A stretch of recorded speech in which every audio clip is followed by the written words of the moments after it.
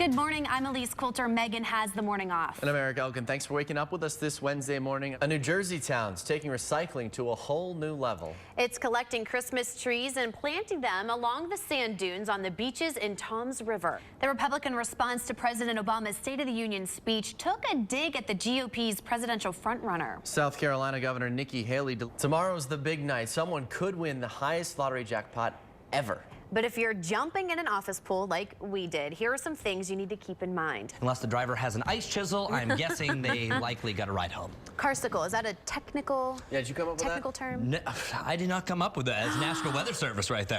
Yeah, you didn't expect that. It's quite an accurate description, though. Yeah, I think so. It actually is. And eventually, maybe not tonight, but eventually someone is going to win this, despite the odds. Yeah, hopefully it'll be our station. That'd be nice. That would be nice. I wouldn't mind it. Those that offer the service will post a sign. That's pretty cool. I mean, I don't have any kids yet, but if I did, I would absolutely cash in on that. I think it's a great idea. Yeah. I think a lot of moms will appreciate that and make life just a little bit easier on them. Well, probably a lot easier. Yeah, that's true.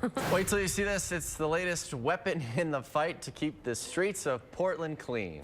This Zamboni-like vehicle is better known as the Poop Master. 6,000 actually. Poop Master 6,000, let's get it right. Apparently they have a problem with crows just using the sidewalks in downtown Portland for their business. So the city is testing heavy-duty street cleaner for the next 6 months.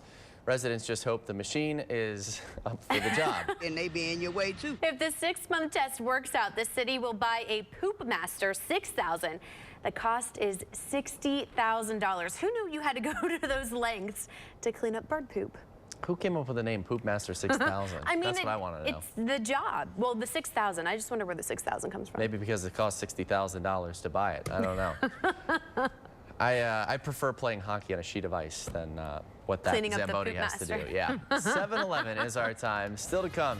Taking a look at what's trending this morning. In this age of digital photography, it's easy to retake a picture. And if we don't like how we look in it, that's what we do. But what do you do if someone else is taking the picture and it's an official photo like a mugshot? Well, you take a selfie and send it to the cops, of course. Why wouldn't you do that? And that's just what one Ohio man did. This is Donald Chip Pugh, and this is his mugshot from when he was arrested by the Lima police. Apparently, Chip didn't like the picture, so he sent the police a new picture. And here is the new picture. It came with a note that said, "Here is a better photo than the one that one is terrible." Wow, so he made his way all the way down to Florida. Well, there's this new mugshot. And he's smiling. He is smiling in this one. That one actually looks better than the first one. Well, the police in the Escambia County, Florida, shared this picture on its Facebook page. They say they got a tip after Chip sent this selfie mug into the Lima police. And what do you think, Eric? I think that one looks pretty good. I'm surprised. Honestly, he looks like such a friendly guy. You're surprised? I'm surprised he's getting arrested all these times. I mean, just because you're friendly doesn't mean you're not a criminal. Everyone makes mistakes, I guess, and then takes selfies and sends in. All right, I don't know. Interesting. Oh, we ain't gonna be in no fire, not today. Not today. Oh my gosh. Are you serious? That was Michelle. She's from Oklahoma, and she's talking to reporters with Tulsa's TV station, giving a very animated description of how she escaped the apartment fire over the weekend. The video has been viewed millions of times, of course. That is hilarious. Not today. And do you know how they usually put these to songs, just like Yes, Hide Your Kids, Hide Your Wife? yes. One of those videos is already out. I watched that yesterday. Oh, it is? Really? Yeah, they Oh, already have I've gotta an watch auto-tune it. for one. Maybe we can get Can't that in wait. the 8 o'clock hour. My favorite thing is That's her hilarious. facial expressions, how wide her eyes get. Makes me excited. Just like how her voice got really low. Not today. But it's likely going to get bigger with the last-minute ticket sales today, which I need to go get mine. The drawing will take place tonight at 11.